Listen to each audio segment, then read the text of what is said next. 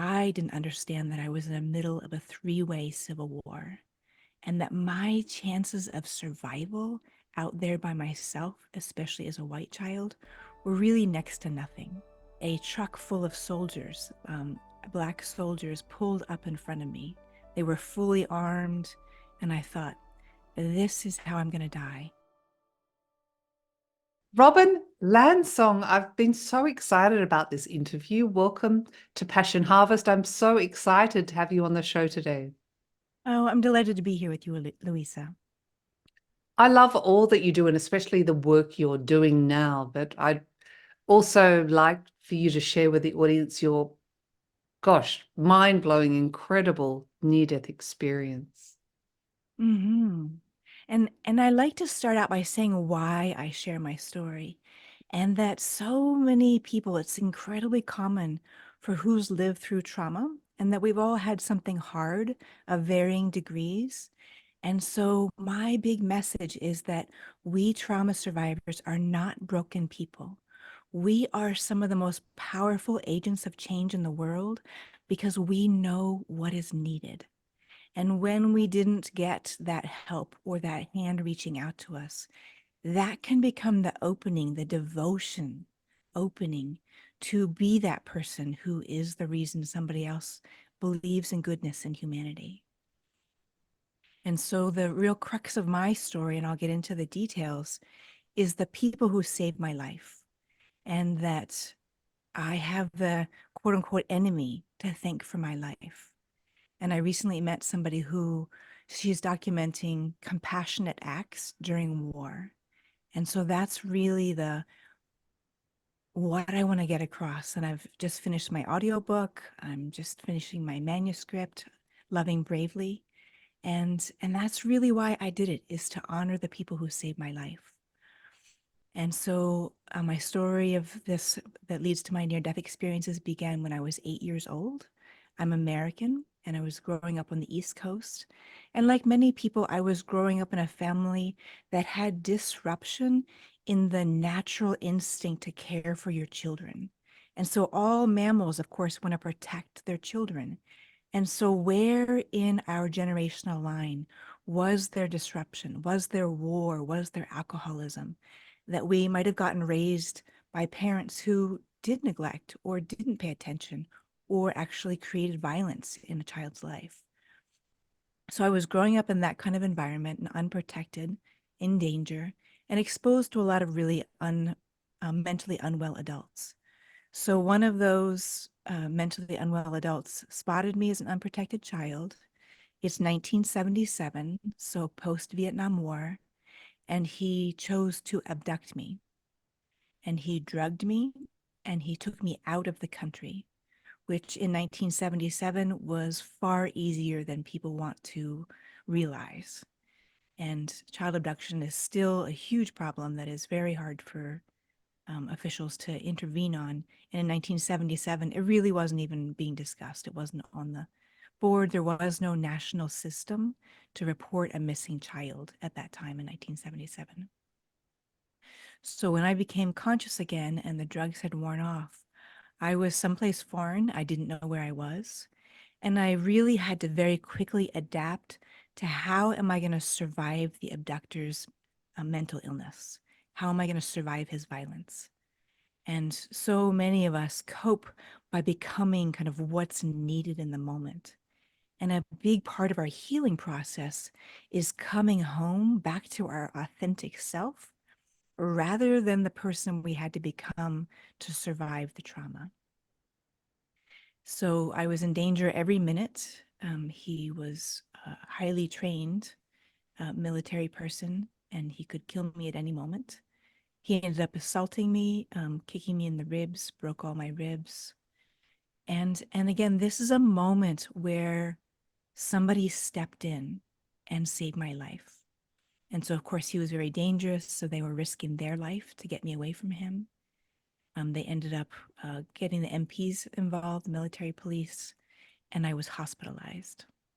No one stopped him from coming to get me from the hospital. And he ended up giving me to another man. And I don't know the nature of that exchange, But the man who abducted me was white Caucasian, and the man he gave me to was Black African. And so I went with this man on a bus, and the bus broke down. We were out in the bush in what I now understand it was the Rhodesian War, and so which is now Zimbabwe. And so the bus broke down. We were all directed to get off and walk. My ribs are broken. My painkillers have worn off. I can't keep up. So I get left behind. And what happens within a few hours is I think, I'm just going to die here by myself. I have kind of put together that I'm in Africa just by the landscape. And, growing up in America, I had seen National Geographic. So that's how I put it together. And I didn't understand that I was in the middle of a three-way civil war and that my chances of survival out there by myself, especially as a white child, were really next to nothing. And so what happened, and again, this is through years of research, going back on 2 research trips, is that a truck full of soldiers, Black soldiers, pulled up in front of me. They were fully armed, and I thought, this is how I'm going to die. This is going to be the end to my 8 miserable years. But what happened is they picked me up, they put me in the truck with them, and took me back to the Thule block, which I now understand was one of the most dangerous areas.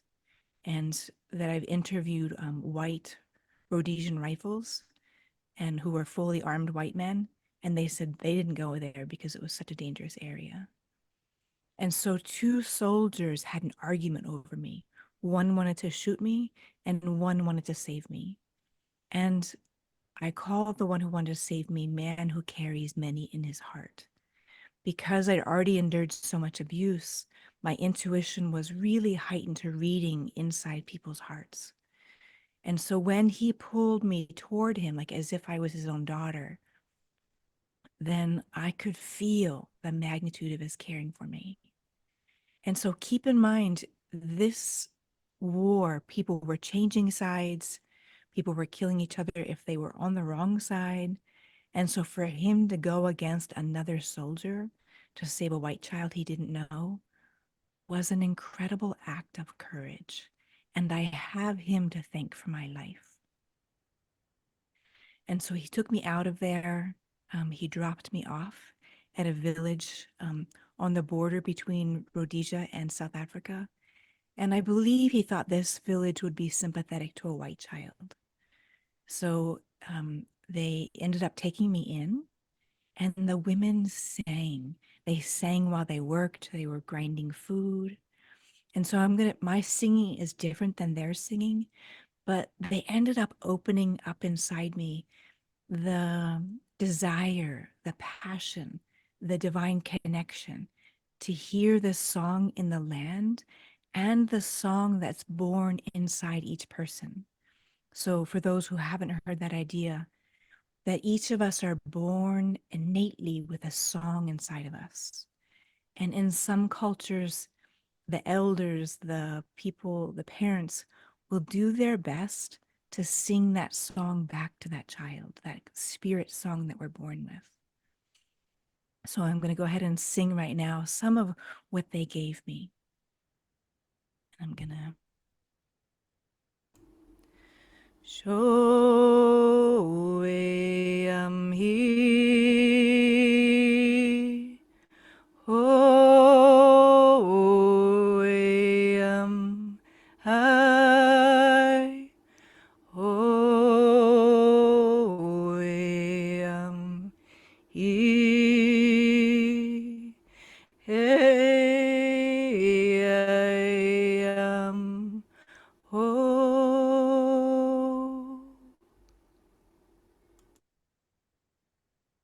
And so they cared for me. They were beginning to teach me the songs, and they really just took me in as their own, particularly one woman and another woman, a second. So I had 2 mamas. And so I went from, being American, not having a loving family, to all of a sudden being touched and held. And the children put black ash on me so I looked more like them and sung to. And so I thought, this is my new life. I was literally kind of blocking out and forgetting my American life and making this my whole new world and reshaping my psyche and my identity and my worldview around being part of this small village homestead. And so the women, my two mamas took me to the creek. And again, I had been assaulted. So I had a huge purple bruise and broken ribs. And they went in this creek and they put the clay from this creek on me. And they sang to me. And they were healing, getting the hatred that came with the assault off of me. Shai, ho, ho, ayo. And they called on me to sing with them. And I was scared to make a sound, but they just kept inviting me over and over to make a sound with them. And when I could sing, they considered that I would be well again. And one of the greatest things I have to thank those two women is that it gave me the confidence, the kind of daring to use my voice. And then in my own healing, I found out singing to other people is helpful in their body, in their being, in their spiritual healing. So in my recovery, that's what I've done is sing to other people to help their healing. And I call it singing medicine. So that creek was a really positive place for me. And so, and again, I didn't understand the magnitude of the civil war that was going on. So one day I went to that creek by myself and I was just playing in the grass, and it was a very fun place for me. There was a creek that had the dip in it, and I didn't know that a battle was starting across that creek and that soldiers were scouting the perimeter. And so one of those soldiers spotted me, and immediately he raised up his gun and aimed his gun barrel at me. And I could not understand how I could be so loved by the people in this village and why, without even knowing me, he would hate me this much. And so I put my hand out, kind of like asking for mercy. And when his gun barrel became just a circle, I knew his heart had no mercy in it. And he was so close. I understand now that I've gone back that scopes on a gun are meant for long distance. So his scope was off because he was so close to me. So he was aiming here, but when he pulled the trigger, the bullet went across the top of my skull. And it blew me off my feet, and I began to bleed to death. And so I slammed down to the ground. And my last vision when I was able to open my eyes was my own red blood going across the brown land. And so I was hovering above, looking at my body, watching my heart quietly dim down. I was watching the light in my brain just go off. And I thought, if my vitality doesn't get back in my form, that will be the end of me. So again, I watched my heart go quiet, and I came back down into my heart. And for 1 second, it felt like a collapsing room that I wanted out of. I was rushed out the back of my heart, and I traveled so held. And the beauty of dying is that I no longer had to fight for my survival. I no longer had to watch my back or kind of bring my armor with me. It was no longer needed. And so I met many beings on the other side. And the first beings were two sisters. And I now understand, and this took me years to put together, that it was my two African mamas. And they were still living at that time, but they would cross over soon. But they were already there to meet me and greet me on the other side. And so they showed me a huge glowing sphere. And then I could go there with them, go home to my source that sung me into being. In Hinduism, there's the idea that we are a seed syllable sung into being with Om, with great sound. And so that's my experience, is that my presence, my life force was sung into being by a great source. And so I chose not to go with them because I was still so attached to my African family and African experience that I didn't want to leave. And so I went into another realm, and that was very different. It was like Ireland on a cold day. And I was greeted by an old man who helped lift me up. And that's when I noticed that I had some kind of form, because when I crossed over, noticing my body wasn't that important to me. But in his presence, I noticed, oh, there's something dripping on my shoulder. And it was my own blood. And so he directed me to come with him into this dark cave. And in this dark cave was my life review of my miserable 8 years that had so much abuse and neglect. And so all the abusers were being presented to me, and my own repressed emotions, own repressed screaming was in that cave. And I wanted to get away, but this old man guided me to stay with him. And I'm going to share the really important lesson he gave me, is that I suddenly saw myself through his eyes, and he wasn't trying to fix me. He wasn't trying to make me better. And I all of a sudden realized there's nothing wrong with me, and that the abuse didn't happen because I was bad or deserved it. It happened because the adults were confused, and that they didn't know how to be with their own light, and they were trying to steal my light, which never works. And that's why sometimes abusers keep abusing and keep trying to grab power and potency from other people.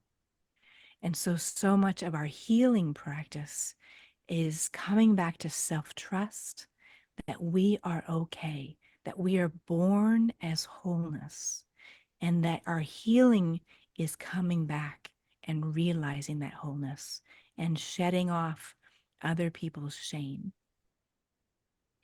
So we came out of that cave and we came into a night sky.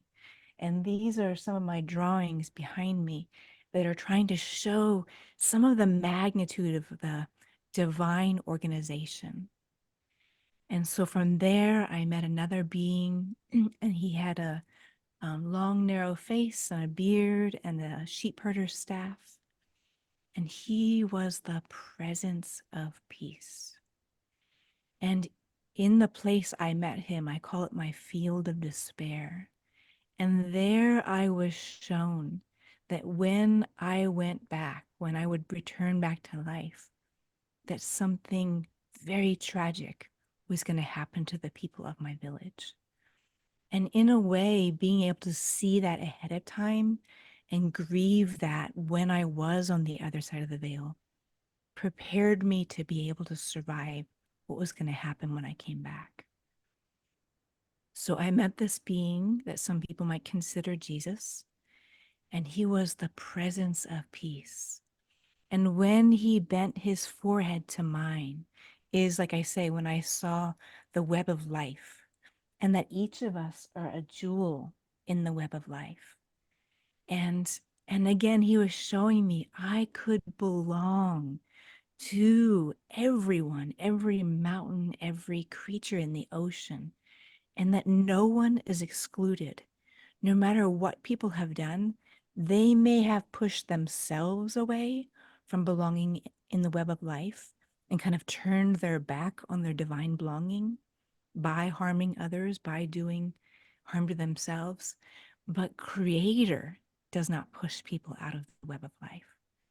So again, the reason I love to help people in their healing process is to help people come home to their belonging, that is so innate and part of our true nature. So I came out of that vision that Jesus showed me.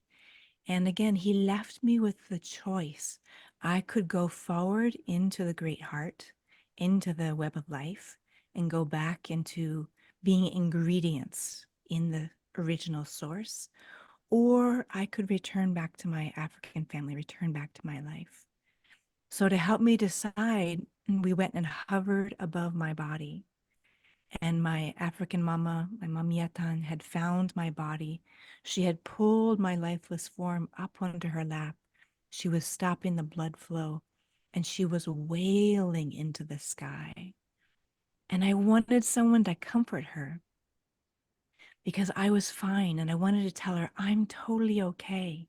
Don't worry about me. Dying is peaceful and free of pain. And so I like to let people know that if their loved one died in a very difficult or tragic way, it is very quick that there is peace, that there is guidance, and that there is a coming home to belonging. So I started rising up, and veils were closing behind me. And I could eventually, after many veils closed behind me, I could hear that she had changed her wailing into singing. And again, I'm going home to divine source, this brilliant light. Beings are literally going through my etheric form and purifying to help me any last bit of shame or confusion that I'm not of divine source was being washed out of me. And so here I am getting close to merging back to Great Heart. And her singing has changed because she's called on the ancestors in the land to call me home. And so I'm going to again do some of the singing that's different than theirs, but it's what was opened in me during that experience. Shoyamni ayam no way yo. Shoyamne ayam he ay. Ayam no am Hiyayo.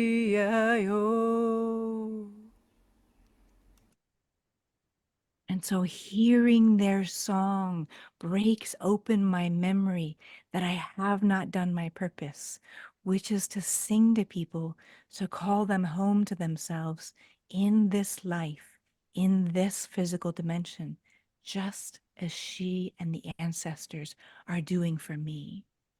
So I turn my attention away from the great heart and back to my physical form, back to my mama. So I'm going to come back to my choice to live my purpose. And on the way back, I meet another being. And this being, in my perception, she looks like a really golden cougar. And she's speaking to me directly, telepathically in my heart. And she again says, it's going to be very difficult when you go back, but we are going to give you extra so you can survive what needs to be survived. And you are going to be an artist. And we are going to, once you're safe in your life, we are going to give you image after image.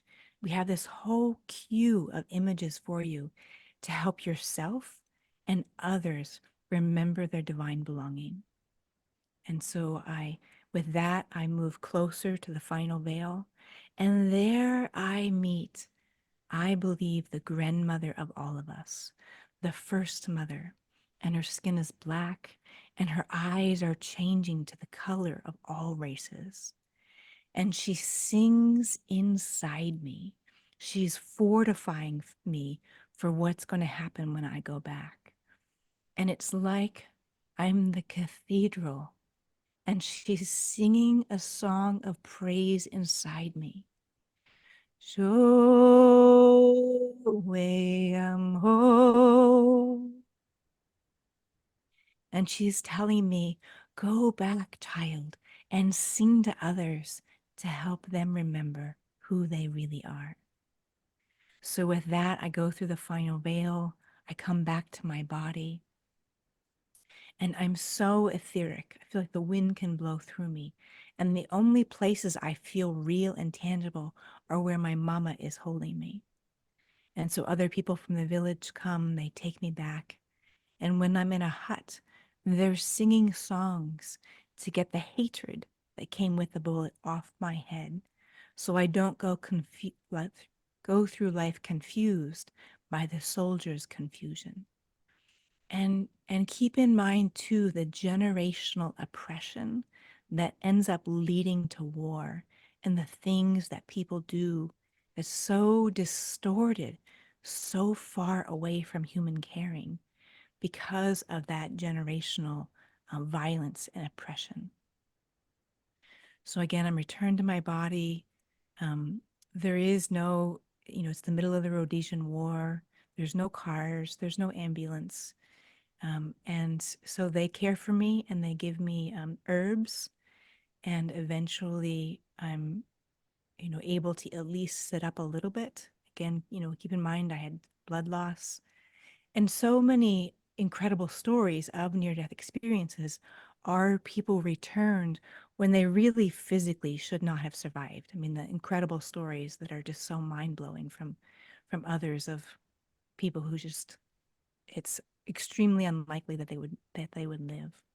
So the same thing happened for me, even though I had no IV, no medical intervention, I was going to survive. And so, about 2 days later, as best as I can put together with my research and other people's accounts, those soldiers came back to the village.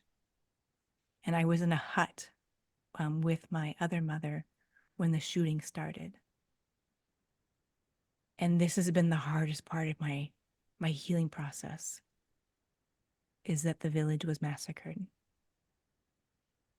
And so my other mother put me on her hip and we were running, I was on her hip and she was running.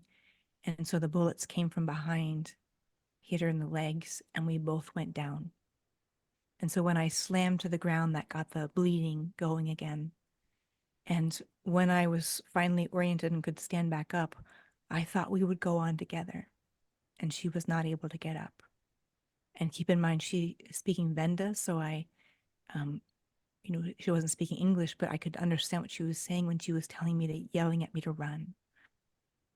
And so the hardest choice of my life was to run without her. And so I went a bit further. And again, my bleeding has started. I'm completely disoriented. And I've been able to go back and retrace my steps. And I was running on hard ground. And when I started going down the hill towards the big trees to hide behind, I'm running on sand. And so I'm weak. I'm bleeding again. I fell forward and I ended up having a second death experience.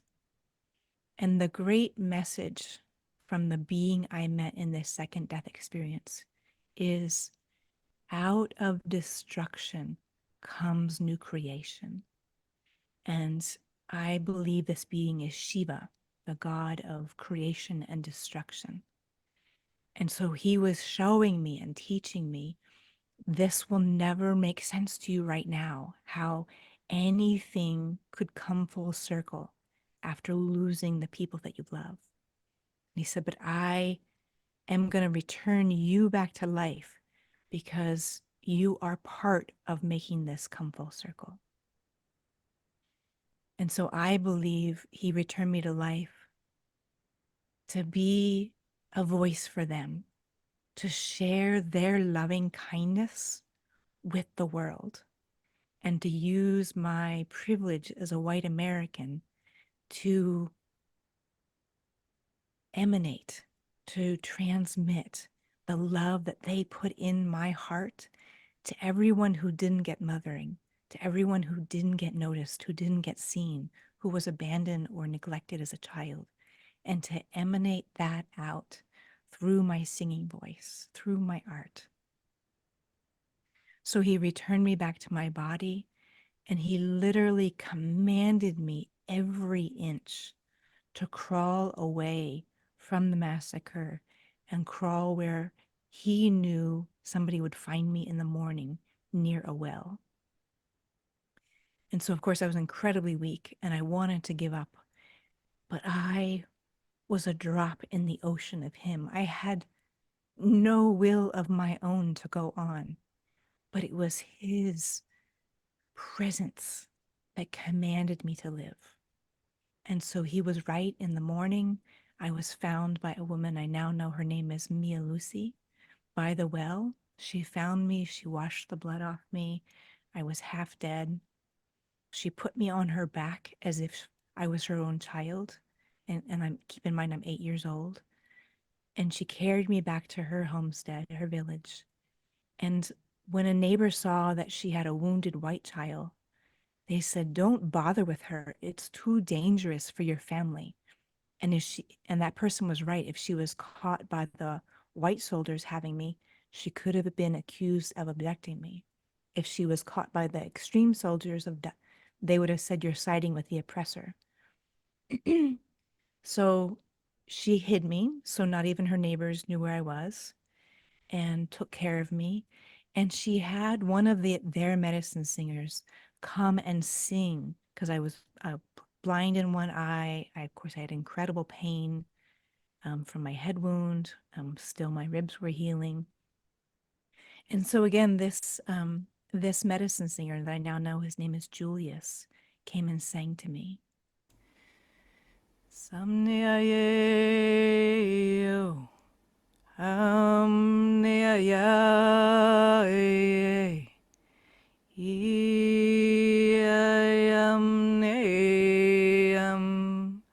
oeyo.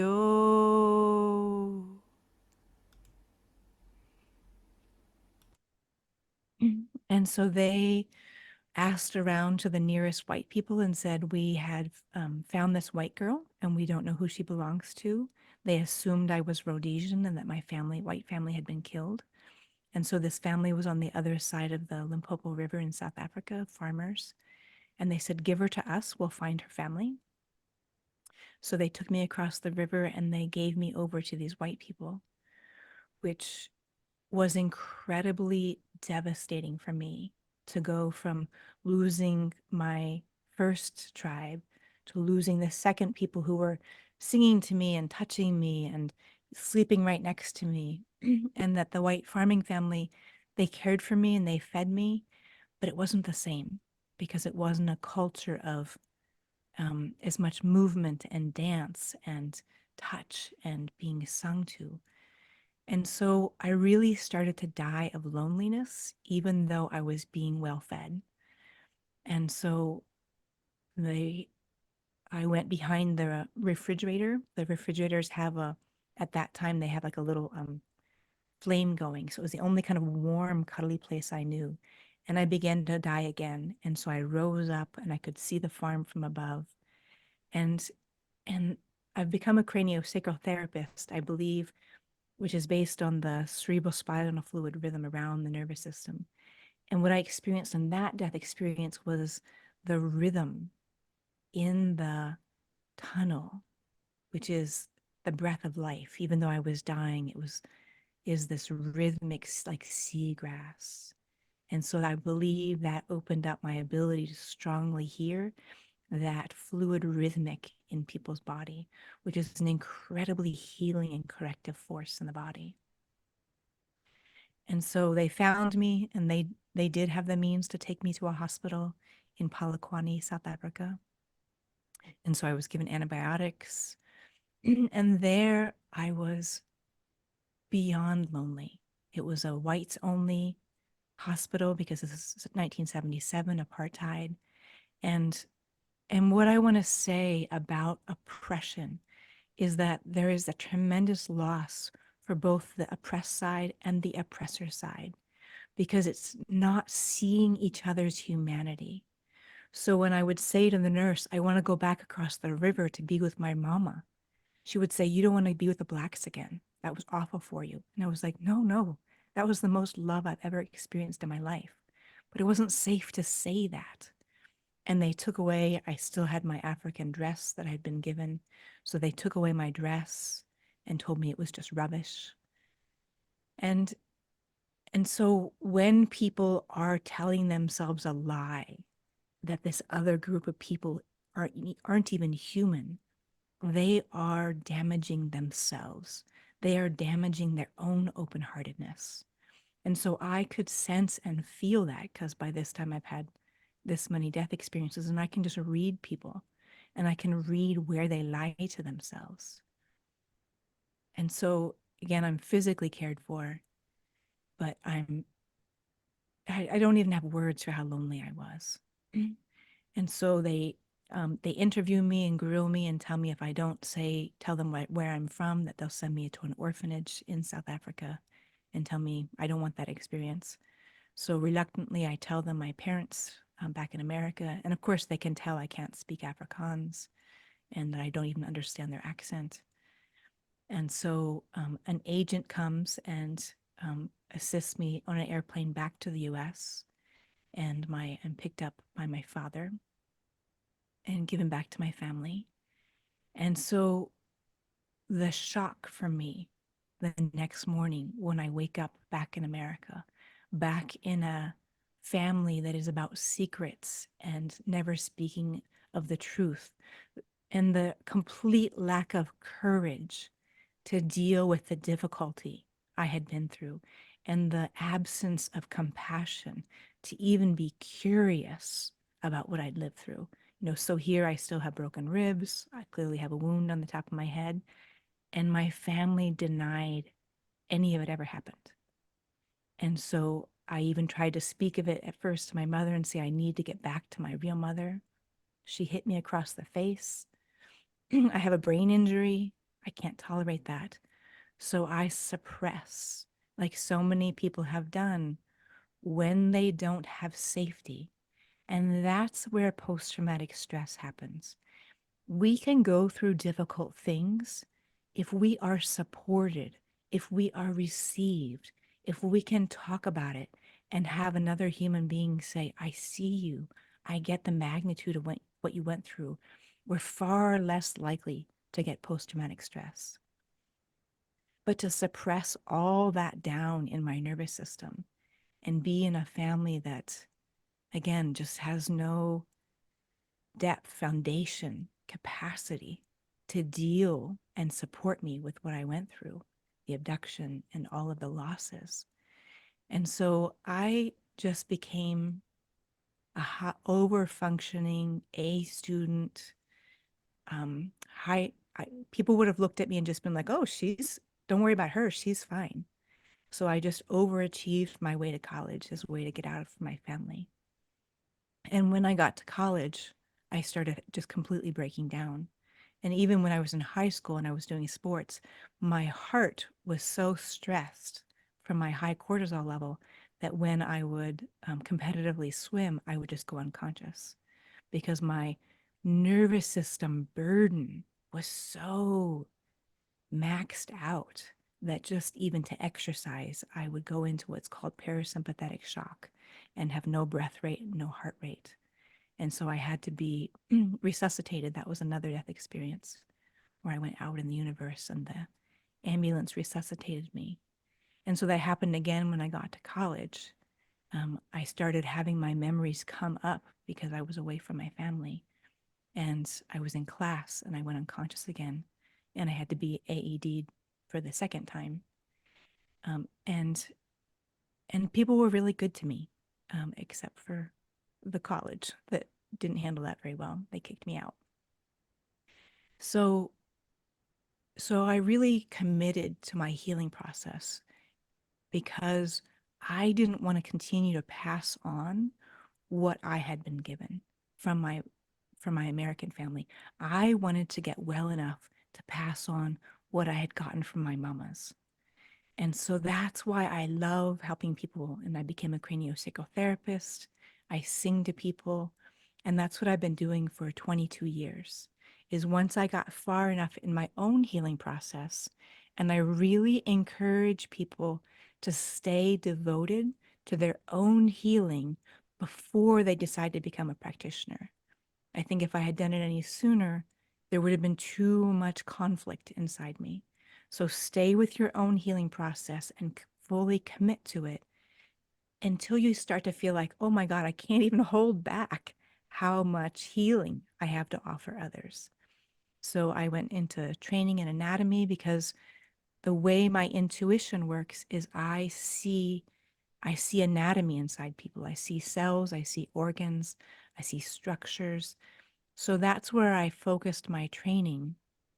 Initially was brain, and my specialty is brain injury and heart and organs. And from there, I kept getting training based on what my clients were needing. And one day, this was during COVID, and I'd switched to all online sessions where I would do a drawing for people and sing to them and do an intuitive reading. And at the end of it, she was kind of what might be called a shut-in. She had so closed herself in from the world and any stimulus that she didn't go out. She had her groceries delivered. She only had her cat. And at the end of the session, she said, well, you're a nice lady. And I thought, that's not connection. How do I serve someone who their very ability to connect is their primary injury, is their primary woundedness? So from there, I got training in polyvagal theory, attachment trauma. And, and when I got the training in attachment trauma, I thought, this is the frontier, that when people can heal their nervous system to self-connect, their ability to connect to others can be restored. And again, that's why I love sharing my healing process, because at this point in my process, I'm 55. I've been back to Zimbabwe twice, been able to reconnect with Mayamu, the granddaughter of my Mia Lucy. I've been able to find the land, and the magnitude of healing when I was able to go back and bow down on the land where I had been loved and also where the massacre occurred. There's no other therapy that could shift me in the way that that whole full cycle did. But I had to do the body work, the talk therapy, the EMDR therapy, the feeding myself good nutrition, the attending to my adrenals with herbal adrenal support to be able to do it. So, so again, I just want to inspire people to take their next step in committing to their healing process, whether that's cleaning up your diet, whether that's cleaning up the media and the stimulus you take in, so that you can be hearing your insides more than all the chatter that the world has to provide. So I'll stop there and see what your thoughts are. Well, first of all, I think you're absolutely amazing and so incredibly inspiring. I can't even begin to comprehend as an 8-year-old just what you experienced. It's mind-blowing. I mean, there's so many things I could ask you, but we don't have hours and hours for this interview. But what's really interesting, when you had the near-death experience, you knew that your two mamas, would transition shortly. And it really indicates, is there a past, present, and future? Is it really all happening now? And you did see that the village would be decimated. It's very interesting, the concept of time that we have in our humanness. Mm-hmm. Mm-hmm. And that's still a question for me. And the way I perceive it is there's an aspect of ourselves here, and there's an aspect of ourselves on the other side of the veil. Kind of some people might call it our oversoul, or um, and so I believe a part of them was already there. And it took me years to figure it out, because as often is true, we see people younger than they are here. And so to me, they were kind of like these two younger sisters. And it wasn't until there was a time I was on tour and I was giving a public talk, and somebody kind of actually not very nicely critiqued me afterwards. And I thought, why am I doing this? Why do I take the risk to put myself out there if I'm just going to get yelled at? And I thought, I'm doing it to honor my mamas. And then in that moment, I got it of like, my mama's on this dimension. were my sisters who were younger on the other side. Mm. And so that leads me to a really important thing. One of my favorite things to do is to sing people back, bring back the part of themselves that may have gotten dissociated, lost, compressed, either from a near-death experience or trauma, and bring it back so they can fill up their body more. Because when our presence, when our vitality is not in our physical body, at least 80%, we tend to have organ problems, relationship problems, nothing, our projects never really fully engage. So I love to sing people to fully incarnate. Because some people, when they got born, they were like, I don't know about this human gig here. And they just don't ever fully incarnate. And they're walking around with 20% of their vitality and 80% on the other side. And life does not go well if you are that little presence here in your physical form. So if there's people listening that feel like, oh yeah, I feel like I'm barely here, I don't feel real, and nothing ever works out for me, then I invite you to join in. I have 5-person groups where I sing to each person and do an intuitive reading and drawing. And that's one of my favorite things to do. And along with brain injury and organ health and um, is bring back people's vitality. And I'm not a fan of the term soul loss because our soul is fine. Our soul is unaffected by all of these hardships. It's our vitality, is my language, that gets either compressed in our body so it's not available, or whoop up and out or back behind us. So I'm able to see that and call that back in by invitation to people's physical forms so that they can function better and live better and feel more joy and pleasure. Robin, you're so brave. You're like a mama in yourself. I feel so peaceful and calm and wholesome in your presence. I've got a few more questions, but first, where is the best place for people to connect with you? Thanks for asking. So I have a website, which is my name, robinlandsong.com. And I also have a new music album out finally after years of, Yay! yeah, Roots Drinking Rain. And so that's either available through my website or all the music platforms, Spotify, Apple, iTunes, all of those. Um, Soon I will have my audiobook, Loving Bravely, is recorded. So it's all of this story in 11 hours of detail, and also my healing process, and also my 2 return trips to Zimbabwe, which were life-changing. So that will be, I'm figuring out like the date that that's going to come out. And yeah, so my website is a great way, and I offer classes on healing trauma in your nervous system, opening your own singing voice, creativity. I have tons of videos on my own YouTube channel. If you just look up, type in Robin Landsong YouTube, I that's will will come leave up. links for everyone that didn't get that as well in the show notes. Great. Yeah, thank you. Thank you so much for sharing your story. I guess aside from your incredible bravery, what I felt so much throughout your experience is the sadness that in our culture, our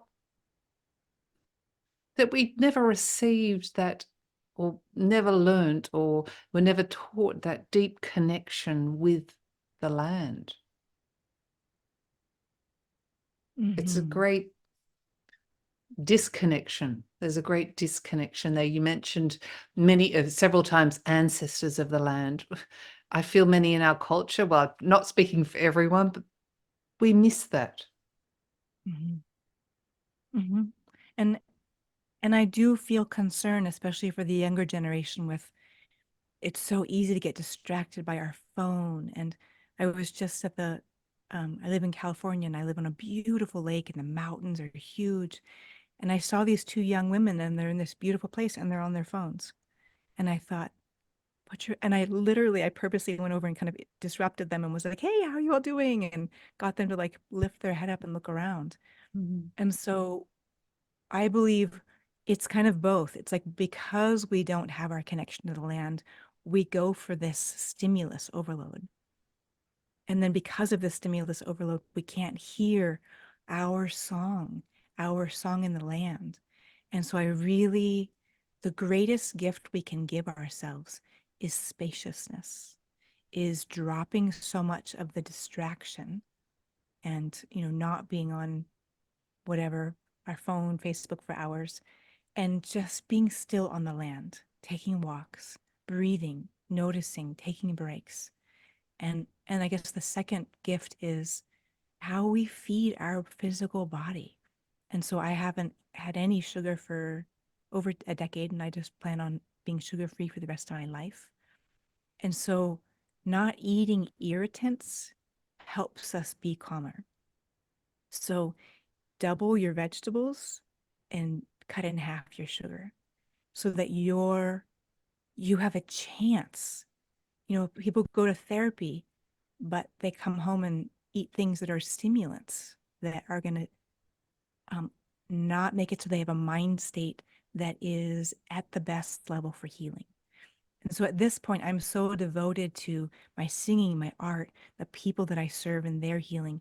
I have to keep myself, my diet, so purified, so enlivened that I can really show up to the divine gift and the divine assignment that's being asked of me, which is way more exciting than a donut, you know?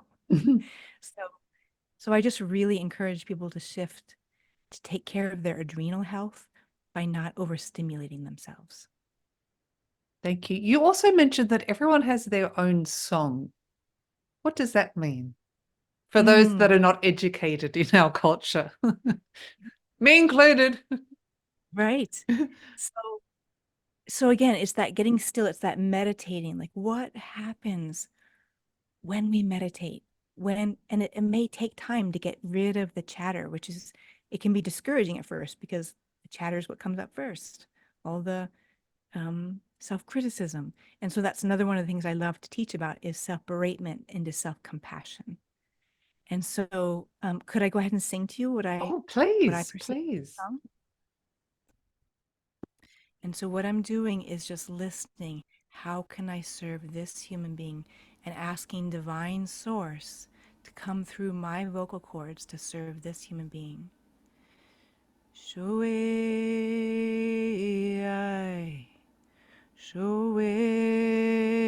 shui, shoam, I am, oeo. Yeah, yeah,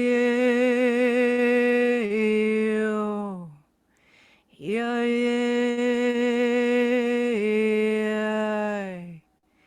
yeah, yeah. Oh, oh, he.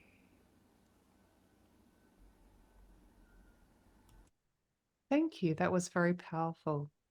Mm-hmm. Do you want to Thank say you. anything you felt in your body? I felt it in my sternum. Mm-hmm.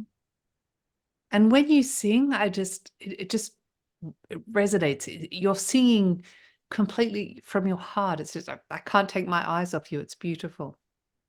Mm, It's very thank you. authentic. That's the word, very authentic.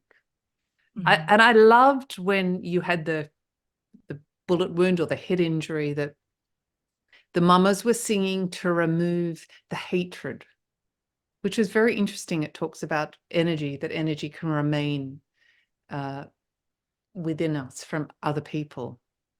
Mm-hmm. Do you And often, sorry, you go and ahead. one of the teachings I love from Desmond Tutu is, do you want to take your experiences and go into revenge Mm. and be the agent of somebody else's suffering? Or do you want to take your experiences, transmute them, and become the agent of somebody else being lifted up? And so that's where my devotion and healing comes from is seeing people who aren't conscious enough to make that choice in a good way. And can we help wake each other up to become agents of compassion? And I got a really lovely training through Stanford on in their compassion program. And and compassion is innate and trainable. So again, our movement practices, our good exercise that's not self-punishment. All of those things are purifying so that our first reaction can be to uplift rather than to try and kind of crush somebody down. And one of the teachings I love from Robert Thurman, who's a Buddhist scholar and teacher, is he talks about we meet people and one person might go into superiority and that will tend to put the other person in inferiority. Or we can meet people at equality. And the same thing, if somebody is chronically inferior, kind of so separating, then it tends to just kind of put other people at discomfort. So looking for the equality in how we interact with one another is the way to decrease oppression and increase connectivity in our culture. Beautiful. Did you ever encounter the man who abducted you? I believe he died. Okay. I don't have a, so that's more of a sense. Um, I could kind of feel in my healing process. I would kind of check in with his presence because the really big thing in my healing process was just getting over the bodily terror of him that lived on for me. Yes. And what really helped me with that was EMDR therapy. And and what I really like to express is that there's so many modalities of healing. Try out what works best for you. If talk therapy isn't your thing, try out movement therapy Singing. and singing. Yes, singing. And again, the adrenal support is absolutely crucial. So you can work with an acupuncturist, an herbalist, a naturopath, a functional medicine physician on your adrenal health and getting the cortisol levels down, which will be the inflammation levels down, and getting your ability to restore back up. And so there's lots of herbal adrenals things people can take. I'm just going to name some so people can do research for themselves. Rhodiola, cordyceps, licorice, ashwagandha. And these are called adaptogens. And so each person is so bio-individual. It's really important, especially if your adrenal fatigue is very severe, like you get a rush when it's time to go to bed and you're exhausted by 3 or 4 o'clock. Your hair might be thin, you get startled, and then you can't calm down. That's a sign of adrenal fatigue. So people will just not get that far in their healing process if their adrenals are being constantly hit off and agitated, and your ability to regulate down is hungry for nutrition for Mm. your adrenals. So again, high protein, low sugar, lots of water, and adrenal adaptogens. I'm going to look into the ones you mentioned as well. Hmm. Yeah, when I started taking rhodiola, my whole life changed. And and honestly, I had such high PTSD when I was a young person that if anybody even accidentally touched me from behind, I would turn around to attack them because my nervous system was so set on Right. survival. Yeah.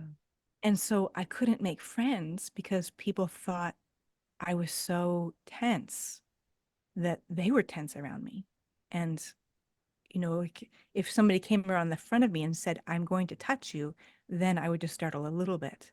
But if they touched me from behind, then I would go into threat state. So if anybody has that where they don't have the ability to turn it off, it's not personal. It's your nervous system and adrenal health. It's biology. Rhodiola, I'm going to look into that. Is that capsules? Yeah, you can get it in capsules. I also, it's in I have it in like the cut up herb in I boil it for my tea. This is licorice, ashwagandha, clove, cinnamon tea that I boil Wow, that sounds amazing. on, on my mug with some of On my the art. turtle. Robin, I've loved having you on the show. You are amazing, brave, so authentic, and really one of the most amazing multiple near-death experiences I've heard. Is there anything else you'd like to share with the Passion Harvest audience on a final note? When you ask that, I just feel inspired to say to never underestimate even the smallest kind act is contributing to a culture of compassion. Even if you can't like drop your life and go help the people in Ukraine. The smallest act right around you, right in your community, still contributes in a big way to a culture of compassion. Beautiful. And what a wonderful way to end the show after, gosh, your life experiences. Robin, thank you so much for being on Passion Harvest. It's been my pleasure. Oh, my pleasure. Thank you. Bye-bye. All right. Bye bye.